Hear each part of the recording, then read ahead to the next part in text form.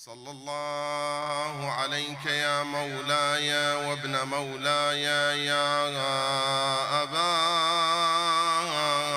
عبد الله.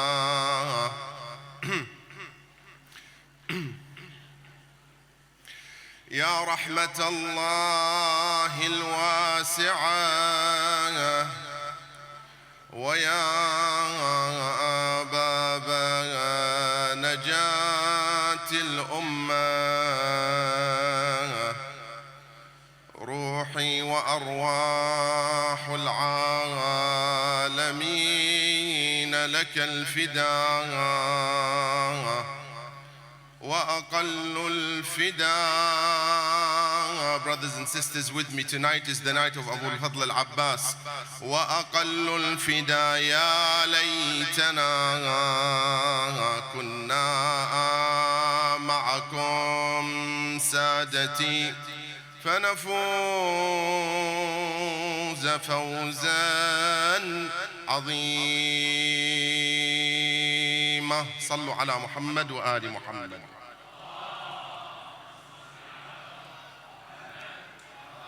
بسم الله الرحمن الرحيم. الحمد لله رب العالمين، وصلى الله وسلم وبارك على سيدنا محمد وعلى آله الطيبين الطاهرين المعصومين. سفن النجاة الأعلام، من ركب سفينتهم نجا ومن تخلف عنها هلك وغرق. ثم أما بعد. Respected scholars, brothers and sisters, Assalamu alaikum jami'an wa rahmatullahi wa barakatuh. Tonight we are exploring the subject of identity. It is indeed a very important subject matter to look into and probe within this particular subject, because it's something that is facing all of our youth. I think it's a challenge that is facing the youth of today more than any other time that has passed or lapsed before our own eyes. The entire human history has been, without a doubt, a history of struggle to bring about an ideal society. This ideal society is indeed a universal idea. Not only Muslims hold such an idea. This idea has come to us across the course of history, that whenever there were reformers, sages, prophets, they always came with this particular idea of having an ideal society. In fact, Allah subhanahu wa ta'ala alludes to that in the Quran, that in times to come, though the Prophet sallallahu alaihi wasallam was backed by Allah subhanahu wa ta'ala, backed by inspiration and wahi, backed by the Archangel Jibreel salawatullah wa salamu alayhi wa ala nabiyyina wa alihi afdal as-salat wa taslim, but the actual setup and actualization and materialization of such a society was not accomplished even during the time of the Prophet sallallahu alaihi wasallam. That's why the promise for this particular ideal society was to come when Allah subhanahu wa ta'ala said in the Quran, Bismillah ar-Rahman ar-Rahim, لِيُظْهِرَهُ عَلَى الدِّينِ كُلِّهِ وَلَوْ كَرِهَ الْكَافِرُونَ in one instance, وَلَوْ كَرِهَ الْمُشْرِكُونَ in another verse in the Quran. So that particular idea of an ideal society, a perfect society where the human being is able to achieve that kind of society, is to come. And it will come, of course, by the appearance of Sahib al-Asr wa Zaman, Ajjalallah ta'ala farajahu sharif. Sallu ala Muhammad wa ali Muhammad. They all struggle to bring about such a community and a society. What is that mission that they wanted to achieve? Basically, that humanity, through its spiritual and moral growth, brings the establishment of a just and equitable community and society that they live in. It's an attempt in earnest to bring about a balanced individual exhibiting a highly spiritual life informed by absolute moral values through the primary institutions of socialization like family, community, religious centers, social networking, and so on and so forth. So basically employing every possible avenue in order for our spirituality to grow. The question that faces all youth today is, what is our identity and how we can preserve it? We believe that is our youth today who have been targeted by modernization that is taking place at an uncontrollable pace in our world today. We also believe that our youth are encountering the most serious challenge to their faith under the impact of a godless culture of modernity. There is a struggle in the world we are living in today between a godly-driven individual and a godless-driven individual or mission or idea or plan or you name it, whatever it is. So basically in the world we live in today, there is a segregation between two worlds. A world that is moved by the presence of an almighty creator, right? And a world that is moved and propelled by the idea of a godless, culture or community or society or idea or plan or whatever you want to name it. This is a fact. Yes, there are the agnostics or whatever, but the major struggle is between these two particular forces. Youth, however, are being asked to give up certain family and social values and principles that were part and parcel of their identity and adopt in its place a sense of self-alienated, self-estranged imitator of everything modern, regardless whether that youth understands what this modern thing is all about or not. Khalas, it's new, it's modern, adopt it, right? It is called the mob mentality. Go with the flow, right? And Amir al-Mu'mineen Ali ibn Abi Talib salawatullahi wa salamu alayh has warned about this. عطروا مجالسكم بالصلاة على محمد وآل محمد.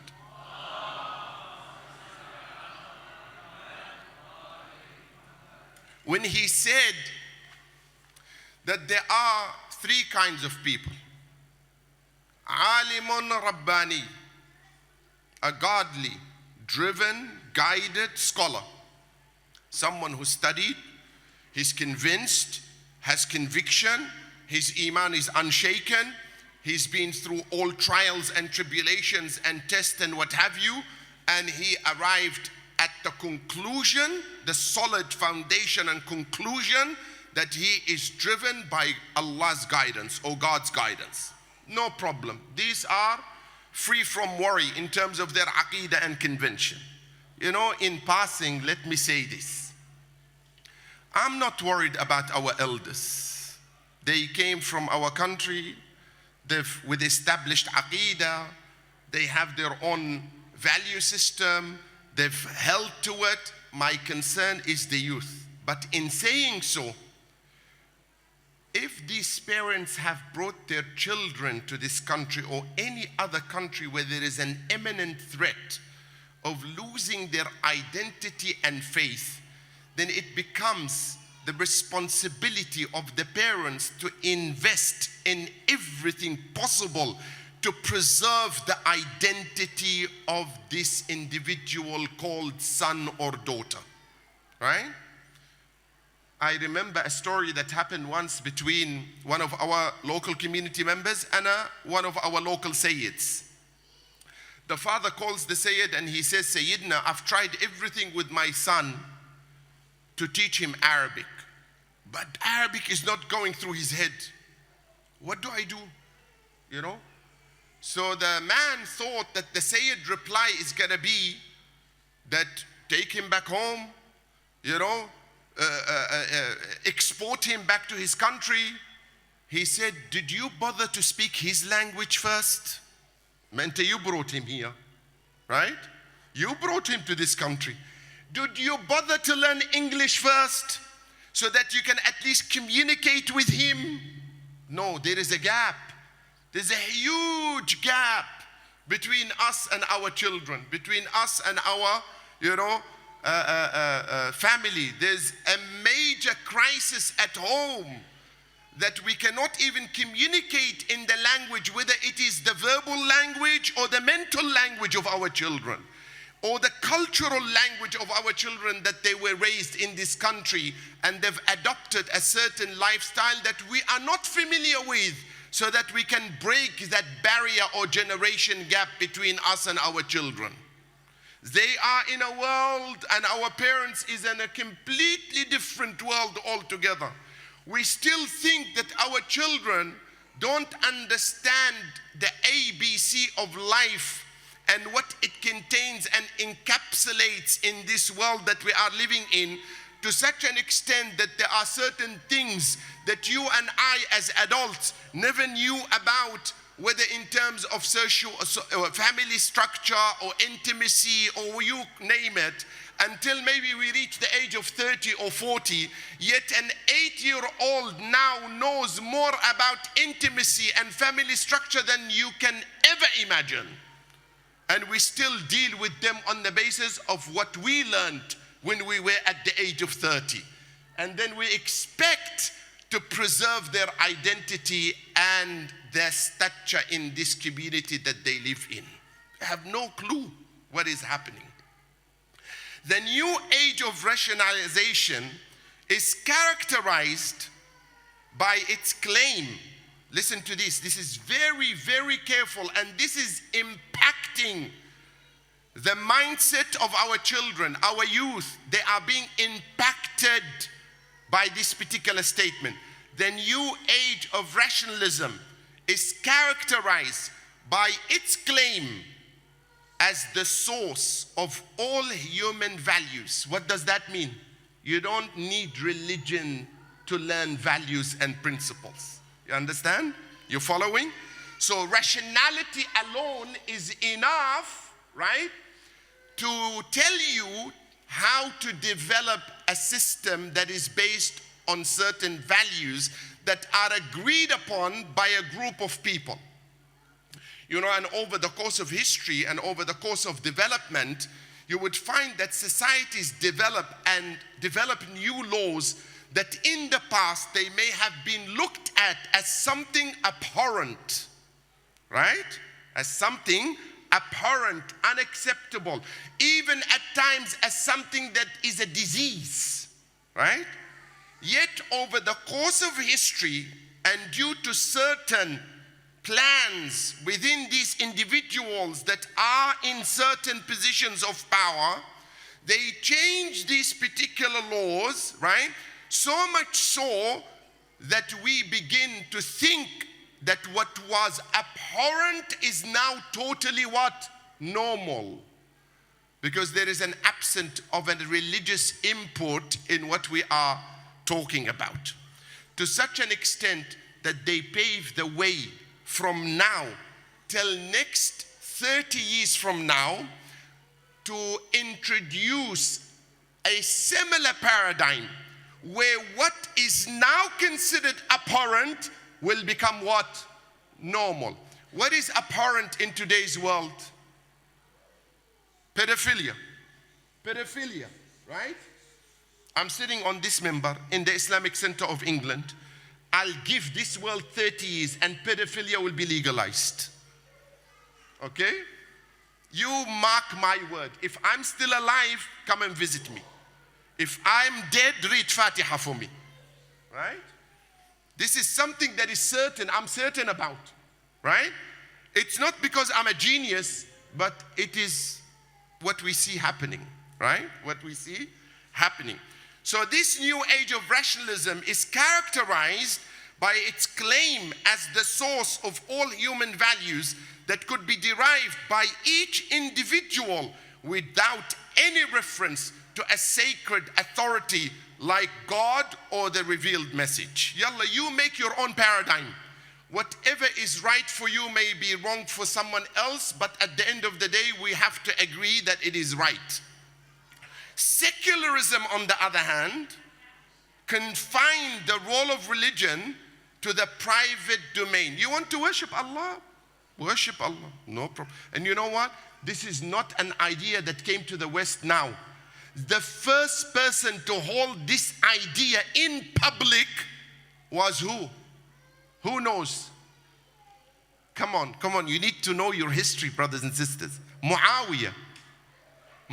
You know why? Because when Muawiyah came to power, you know what he said? Do you think I fought against you so that you can pray and fast? May you already pray and fast. I don't care. As long as you pray and fast between you and God, but don't come to the political arena. I'll cut you off. Huh? That's what Muawiyah said. You know? Already he established the question of what? Secularism from that day. Right? From the day he ascended to the throne over there, you know, over the body of the Muslim Ummah. He declared it openly. Do you think I fought for this post so that you can pray and fast? May you already do that. So in the private domain, pray and fast, no problem. No one will stop you. But come and speak against dhulm, speak against injustice, speak against something that is immoral, speak about something that is inhumane. Straight away, you have to, what they call, adjust your language to political correctness. You know these funny terms they use? You know, wallah, political correctness. What is that supposed to mean? Huh? The media campaign of Bani Umayyah and Bani Abbas, by God, it was such a machinery that Fox News learned from them. Wallah. Fox News, they learned from the machinery of the media of Bani Umayyah and Bani Abbas. Secularism, as I said, on the other hand, confined the role of religion to the private domain of an individual, creating the dichotomy between spiritual and mundane, private and public. It denied religion and its mediating institutions any public function and influence in shaping matters of public policy. Religion has nothing to do with public policy. It is thrown out of the window completely as something that has no value. And slowly, slowly, our identity is reduced to accept such things, where we find ourselves no longer able to identify ourselves with anything. By the way, in passing, let me say this. Holding to your Islamic identity does not mean printing a shirt written on it, I am a Muslim. Right? Or when you introduce yourself, Salamu Alaikum, I am a Muslim. You know? No. It doesn't mean that. The identity of a Muslim person is already defined in the hadith of Ahlul Bayt salawatullahi wa salamu alayhim ajma'in. كونوا لنا زينا ولا تكونوا علينا شينا. Ahlul Bayt say, be to us, represent us on the basis of what? Of being an object of ornament. Something that people, when they look at you, they are taken by awe. You know? When they look at the behavior of a Muslim in public, when they see a Muslim walking on the street, he is identified and singled out straight away, not by his haircut, not by the number of tattoos he has on his hand, Ya Ali, Ya Hussein, Ajjal ala dhuhurak, Ya Abal Fadl. No. That doesn't identify you as a Muslim. What identifies you as a Muslim is your moral character and your uncompromising attitude towards your values and principles, no matter what the challenge may be, right? You stand aloof among any challenge that comes your way, and you are unshaken when you are hit or when you are tried by a particular challenge or trial that comes your way. That's what identifies you as a Muslim. And by the way, that identity should be identical both at home and outside the home environment. Unfortunately, our Muslim youth today have two identities. One at home, so that they can fit within the dynamics of the family, right? So when they come home, The parents see them, they look Muslim still, alhamdulillah rabbil alamin. La hawla wa la quwwata. They still pray somehow. They still fast somehow, They still possess or present a paradigm at home that looks Islamic, but only Allah knows what they're doing outside the house, right? Only Allah knows what these people are doing, how they are behaving. I went to ziyarah once with someone in 2012 or maybe 2014. Maybe it's my luck that this young man happened to be allocated as a place in my room. So it was me and him in one room. Alhamdulillah Rabbil Alameen. By the way, I affiliate very well with the youth. I don't know how to live with the elders. With all due respect to all my elders, I respect them. But I can't fit with them somehow. I don't know, it's maybe my blood, my genes. I don't know what happens. Sometimes, you go in life and you stop at a certain age, you can't go past that age. For 10 years, I remember once, for 10 years in a row, wallah, subconsciously, people would ask me, how old are you? I'd say 22. So like I was stuck in time, 20, what happened to you? We asked you 10 years ago, you said you were 22. I said, I don't know, I just feel 22. So let's go past that point. Anyway, so he came in my room, subhanallah. He said, Sheikh, I want to tell you something, but in confidence. I said, yes. He said, the mosque you go to and you give your lectures at? I said, yes. I said, please don't go into politics. Don't politicize now the debate. He said, no, I'm not into politics.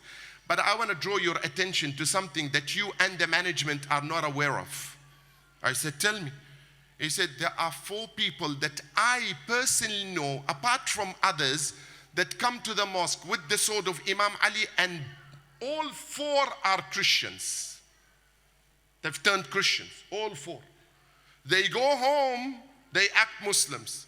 They go out and to the church and do mass on Sunday and everything, and I know them personally, and they come from the most reputable families in our community.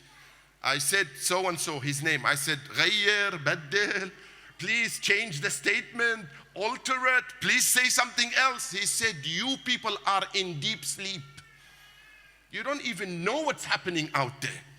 You know why this is so? When I come later on, if I have time to cover my topics, you will know why. Because we have alienated the youth from decision making. We have alienated the youth from being an active parcel and part of decision making within our own setups. Under such domination of rationalism and secularism, there were questions about the whole significance of religion in the life of our youth, because they are facing these challenges. So to them, what is the significance of religion anymore? It doesn't make sense. I'll make my own value system. I will arrive at the conclusion of saying to myself what is right and what is wrong, and adjust it as time goes by according to my own interest in life. Sometimes, why is it that religion is important to bind you to these values?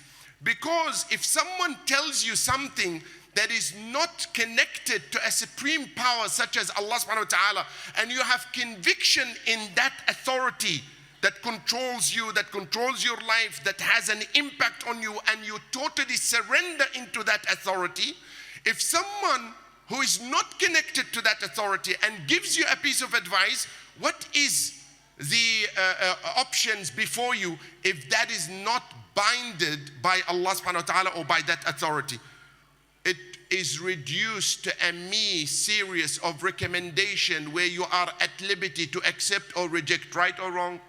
If I come to a youth and he says, Sheikh, give me a piece of advice, not on a religious basis. So I give him 4 or 5 different value systems. This person, is he bound to accept them, or is he at liberty to accept them or reject them?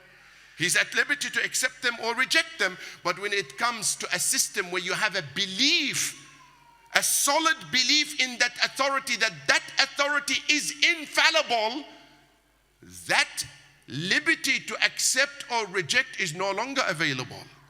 You are bound by that system, whether it is today or tomorrow or in 1,000 years. Why? Because you have conviction in the authority that gave such particular commands and orders to you, and you have no doubt about the wisdom and the authority of that deity, and in our case we call it Allah subhanahu wa ta'ala, right? It is no longer a me set of recommendation where you are at liberty to accept or reject. It's a faith-based conviction in these particular laws. These questions are so common now that seeking ways to encounter the state of confusion and alienation from one's religious and moral roots have overwhelmed our youth in general. It created in them a twofold identity system, one at home and one away from home, as I said. The root of this identity crisis is due to the following. Number one, the absence of healthy family life for the young at home. There's a crisis at home. There is a generation gap at home. There is no means of communication at home when it comes to matters of dire importance to the growth of that youth in that family, whether a girl or a boy for that matter, right? Both genders. We do not spend quality time with our children. Now, educationalists, just for your information, they say for your children to progress in life, and in particular in their academic life, you must spend quality time with your children. Guess what? To your shock, in as much as it is to my shock when I learned about it, how many minutes parents spend at home with their children after school? Quality time. Quality time. Not just any time. Quality time on average. This survey was done on average. Take a guess while I drink some water. Bismillah. Sallu ala Muhammad wa ali Muhammad. Take a guess. 1 hour? Half an hour? 2 hours? You want a bombshell? 6 minutes. 6 minutes of quality time is spent by parents and children after school. The rest is what? Take your bag, come and eat, go do your homework, go into your room, fix the garbage bin, take it out, bring it in, go. This is the time we spend with our children. No quality time, right? No quality time. We do not invest properly in our youth, and then we complain why our youth are losing their identity. We brought them here, invest in them, right? It is my responsibility as a parent for bringing these children into this country. And you know what? One of the biggest problems that parents have given to their children, the idea that this is not your homeland. Your homeland is always what is? Back home. Always living the dream of return. The dream of return. So I'm educated here. I was raised here. I carry the passport of this country.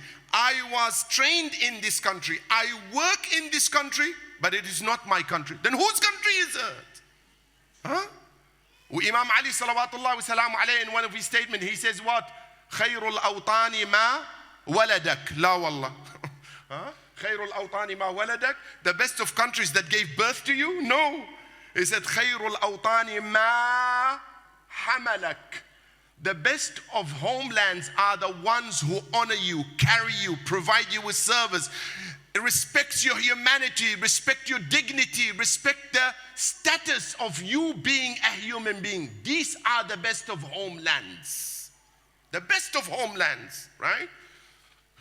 Well, I speak about my case, I'll speak about my case, so no one will be offended, right? I hope there are no Lebanese in this place. I'm Lebanese.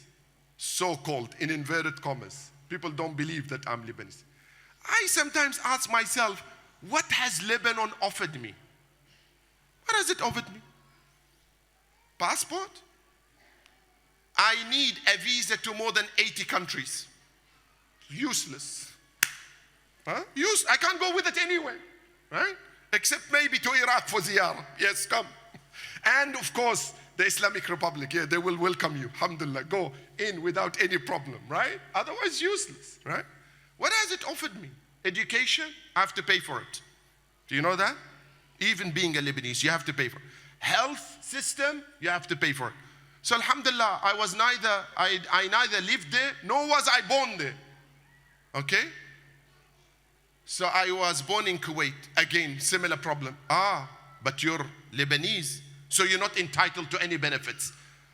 But we are Muslims. We are united by brotherhood. What brotherhood? What brotherhood are you talking about? What system are you talking about? Nonsense, no brotherhood, nothing. La ilaha illallah Muhammadur Rasulullah does not bind us anymore. Forget it, there is no such thing anymore as the Muslim brotherhood in the life we live in. And we still live the dream of return and going back. Secondly, lack of transparency at home and double standards in dealing with certain situations. Where, what do we do? This is the following point. What are these situations that I'm talking about? Is the following. The amalgamation and the mixing of what is specifically culture and heritage and what is specifically religious or religion.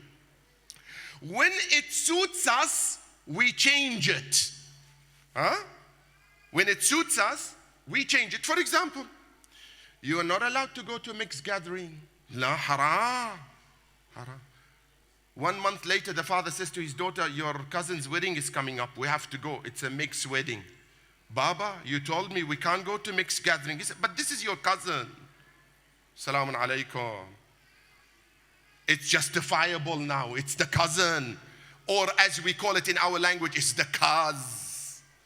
Right? It's the cuz, you know. So we have to accommodate. Forget religion now. Compromise, you know. And sometimes some dads go to the question of compromise. Not only go to mixed gathering, but you have to also, go on the dance floor. Yes, it's all right, no problem. So that child is confused. Hello, I can't come to even to the mosque, there is a partition. No mixed gathering, you're not allowed. All of a sudden, all this is gone. Overnight, over a minute. So we create a state of confusion in the mindset of this youth. You know? And you know what is the funny thing? Even worse than that. We as parents take our children to universities and colleges and schools, and we tell them, you know, because by default you have to be in a mixed culture, in a mixed environment, so you can speak to John, Mark, Joseph, but you can't marry him. No, haram. But I bring the same daughter to the mosque and I say to her, you cannot speak to Mustafa, Ja'far and Ali, but you have to marry him. Ajib. How does this happen? I don't understand. How? Of course, I'm not calling for an open, mixing of cultures together. Let's, have an open interaction system. No. We can have a certain supervised, meetings and gathering and workshop between our girls and our boys in order to promote a healthy, interactive setup whereby what comes out of that healthy, supervised, interactive meeting, a healthy marriage based on Islamic principles, right? Otherwise, you are bound to see your children marrying, I don't know from where, right? That's a fact that we cannot escape. And we need to, think about these ideas and points. Number 4, the absence of community programs that empowers our youth to strengthen and understand their aqeedah. Majalis are good. These particular gatherings are good, but not enough. Not enough. We have to start venturing into what we call retreats, workshops, debates, all these things that motivate the youth participation must become part and parcel of our identity, part and parcel of what we can offer the community that we are living in and the community that we are serving. Our utmost intention, our utmost sincere work should be to serve, not to be recognized. Especially when we are in a position of leadership. We must train ourselves to be in a capacity of serving. Look at Imam Ali salawatullahi wa salamu alayhi, when he finally got the Khilafah. Ibn Abbas came to him, Ridwanullah ta'ala alayhi. He said, Ya Amir al-Mu'mineen, what are you doing? You know why he asked him this question? Because Amir al-Mu'mineen was sitting there. May Allah honor all of you. He was mending his sandals. He had his sandals in his hand. This is Amir al-Mu'mineen, Amir al-Mu'mineen. Yani if you're at home, it doesn't take your manhood away if you put a button on your shirt. Don't create an issue to your wife the next day. You knew I had a meeting with the bank manager. You knew that this button was there. It's been there for a month. So it's been there for a month. What are you waiting? For her to fix it? Go get a needle and thread and fix it. End the problem. End the dispute. No. She has to do it. She has to do it. You know, one day someone came to me, he said, Maulana, these women don't listen. I said, huh? Khair inshallah, why? Why they don't listen? He said, I have a tap at home that it's been for 1 month dripping. And I say to my wife, Wallah haram, this is israf. Make sure you close the tap. And my wife tells me that we do, but it's still dripping. I said, so what did you do about it? He said, nothing. Every time I go home, I repeat the same thing. I said, go and get a plumber. What is wrong with you? You're creating a problem. You're giving anxiety to your family, to yourself. You're living on the edge of life with your a'sab, akhlaq, whatever. And it didn't occur to you to go and get a plumber. So why are you coming to me? To give you a ta'weez so that the tap will stop, dripping? I don't understand. Ajib. Yani it's the basics, the ABC of relationship at home between husband and wife. We've lost the plot in that regard as well. La hawla wa la quwwata illa billah. Anyway, so to empower them, Amir al-Mu'mineen is sitting there mending his shoes. While he's mending his shoes, Ibn Abbas says, it's time to go for the Khilafah. It's your turn. Now the Muslims have, unanimously voted you. He looked at him. He said, by Allah, your Khilafah does not mean to me more than the sneeze of a goat. You know all this Khilafah that you've been fighting for all this time, authority and power and seat and what, it does not equal to me more than the sneeze of a goat, unless I establish what is right and forbid what is evil. So the idea about being in power is to bring about what? Justice, ideal society, serve the people. It's not about power. It's not about sitting in a high pedestal for everyone to come and say and salute me and say, Assalamu alayka ya Amir al-Mu'mineen. No, it's not about this. It's not about this. Amir al-Mu'mineen salawatullahi wa salamu alayh goes, to inspect his ra'iyah, his people that he's governing. He comes across a lady's house. She's in her house or outside her house, and he's greeting her. She doesn't recognize him as Amir al-Mu'mineen. He says, how are you? What are you doing? She says, may Allah subhanahu wa ta'ala never forgive this Ali ibn Abi Talib, the head of the state. He said, why? What happened? He said, he sent my husband to war and he had neglected me without anyone to look after me and my children, and I don't know the whereabouts of my husband. So he comes the following day carrying a sack of rice on his back with, different types of vegetables and fruits and what have you. He asked for permission to go into the house. That lady's house said, let's, divide the chores. Either you cook and I play with the children, or I cook and you play with the children. She said, no, I will cook, you go and look after the children and then bake the bread or whatever. So he goes near the fire and he says, taste the flames, O Ali ibn Abi Talib, for neglecting the orphans and the widows. This is leadership. He goes to serve. Then the neighbor comes, all of a sudden she says, what are you doing?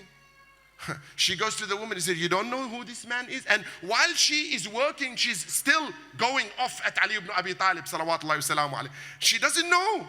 And then she said, Wayhaki, woe unto you. This is Amir al-Mu'mineen, Ali ibn Abi Talib. She goes to apologize. She said, no, it's my duty. Allahu Akbar. This is a paradigm that is ought to be followed.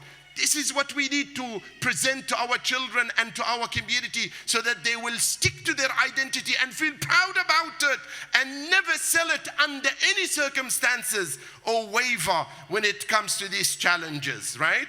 Understand their aqidah. Therefore, in our quest to protect our youth, we need to take the following into perspective. 9 points. I hope I can cover them. To develop relationship with the youth who are under constant external pressure to conform to the demands that smack culture of disbelief and meaningless existence in their face daily. 2, look for the trouble spots. Our youth may be doing well in school or college, getting good grades and rave reviews, but appears obsessed with something or someone. Open your eyes. Open your ears, open your heart, be there for them. That collides, their obsession collides with our values. We must talk to them instead of rebuking them or putting undue restrictions on them. Emphasize the value they had learned earlier. How could they be better off by living life based on morality and virtue, and how their whimsical decisions impact their life later on? We need to select the correct language for the issue to be tackled at hand. We may canvass the possibilities that cover the areas of decision making and negotiation not previously considered in our communication with them.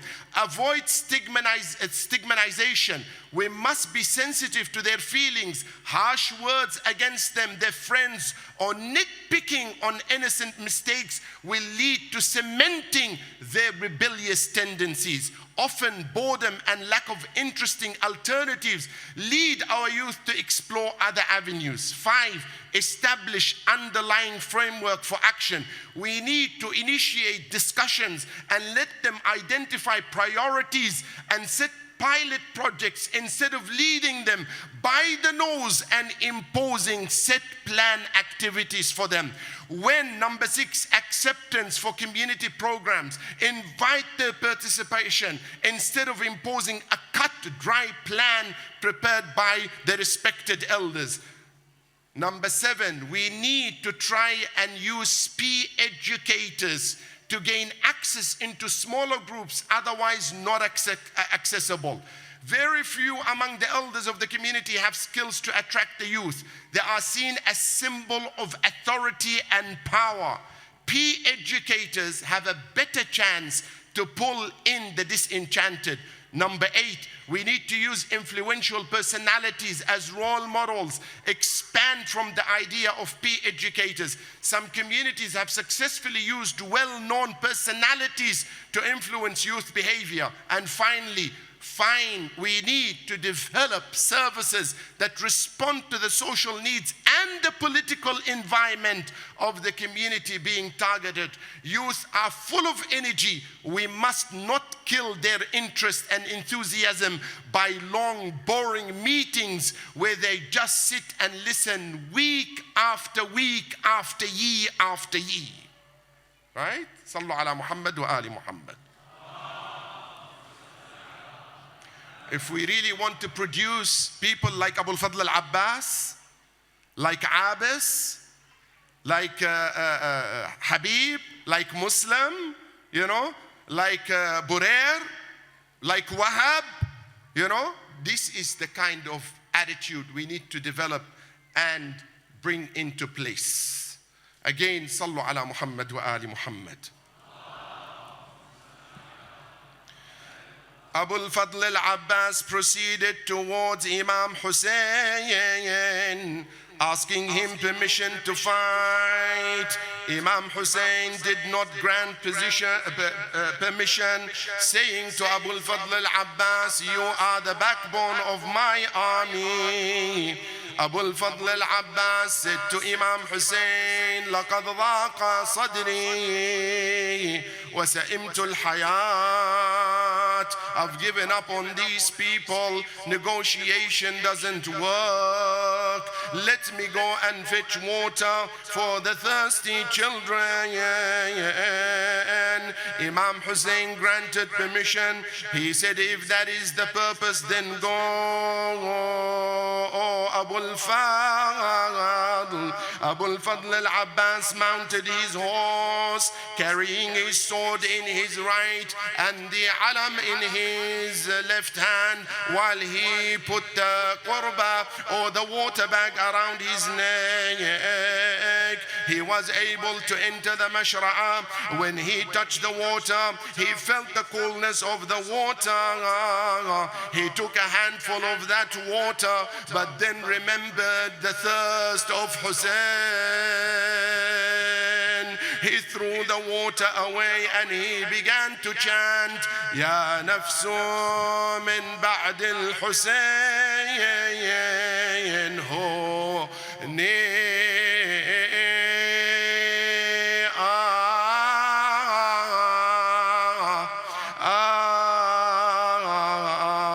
ومن بعده لا كنت أن تكوني. He filled the water bag, began to go towards the camp. While he was riding his horse, began to fight against the enemy lines as they attacked him. They couldn't overcome him, so they began to hide behind the trees until he came to a particular palm tree where Hukaym ibn Tufail was hiding. When Abu al-Fadl al-Abbas, Ya'uzzu alaykum ya mu'minin, passed by al-Hukaym, he severed his right hand. Abu al-Fadl al-Abbas began to chant, Wallahi in qata'tum yamini, inni uhami abadayan an dini, wa an imamin sadiqin yaqini. Then he continued, all in his mind that he wants to bring the water back to the children. Then another person by the name of Yazid ibn Ruqad al-Juhni was hiding behind another tree. When Abu al-Fadl al-Abbas came close, he struck him on his left. Awa Abbasa wa ghariba. He severed his left hand. Abu al-Fadl al-Abbas said, Ya nafsu la takhshay min al-kuffari wa abshiri bi ni'mati al-jabbari qad qata'u bi baghyihim yasari fa aslihim ya rabbi harra an-nari. They began to shower him with all the arrows because someone by the name of Umar ibn al-Hajjaj said, woe unto you if this water reaches the camp of Hussein and Hussein drinks one sip of water, none of you will remain alive. The arrows showered on Abu al-Fadl al-Abbas like rain. One of those arrows fell on the water bag. Abu al-Fadl al-Abbas, while on the back of his horse, no right hand, no left hand, no water bag. He stopped there looking towards heaven while one of those arrows landed on the water bag and spelt it. Another arrow fell on his eye. His eye began to bleed. The blood went into other eye and covered it. The blood became solidified. He couldn't see. Another person came to Abu al-Fadl. Ya'uzzu alaykum ya mu'minin. It bereaves you to hear what happened next. He hit Abu al-Fadl with a metal pole on his head. Abu al-Fadl fell from his horse. You know, in passing, Fatima Zahra, Salamullah alayha, came to one reciter. He was reciting majlis. He said, why didn't you recite a majlis for my son? He said, Wallah, I recited all the majlis for Imam Hussein. He said, no, I'm not talking about Imam Hussein. He said, who are you talking about? She said, I'm talking about my son Abu al-Fadl. He said, Wallah, I recited his majlis. She said, no, there is something you missed in your majlis. He said, what did I miss, Sayyididi wa Mawlati? She said, tell me, when a warrior falls from his horse without his hands, how does he fall to the ground? What does he put to protect himself? And his body, when he hits the solid ground as he is falling from his horse, Imam Hussein rushes towards his brother Abu al-Fadl. He finds him sitting there. Imam Hussein puts his head in his lap. Abu al-Fadl removes it 3 times. He does that. Imam Hussein inquires, oh Abu al-Fadl, oh my brother, why are you doing this? Abu al-Fadl says, oh my darling brother, in an hour or so, you will be in the same position. Who will put your head in his lap? Imam Hussein, when he came, he had placed his hands on his side with his back bent, saying, الآن انكسر ظهري وقلت حيلتي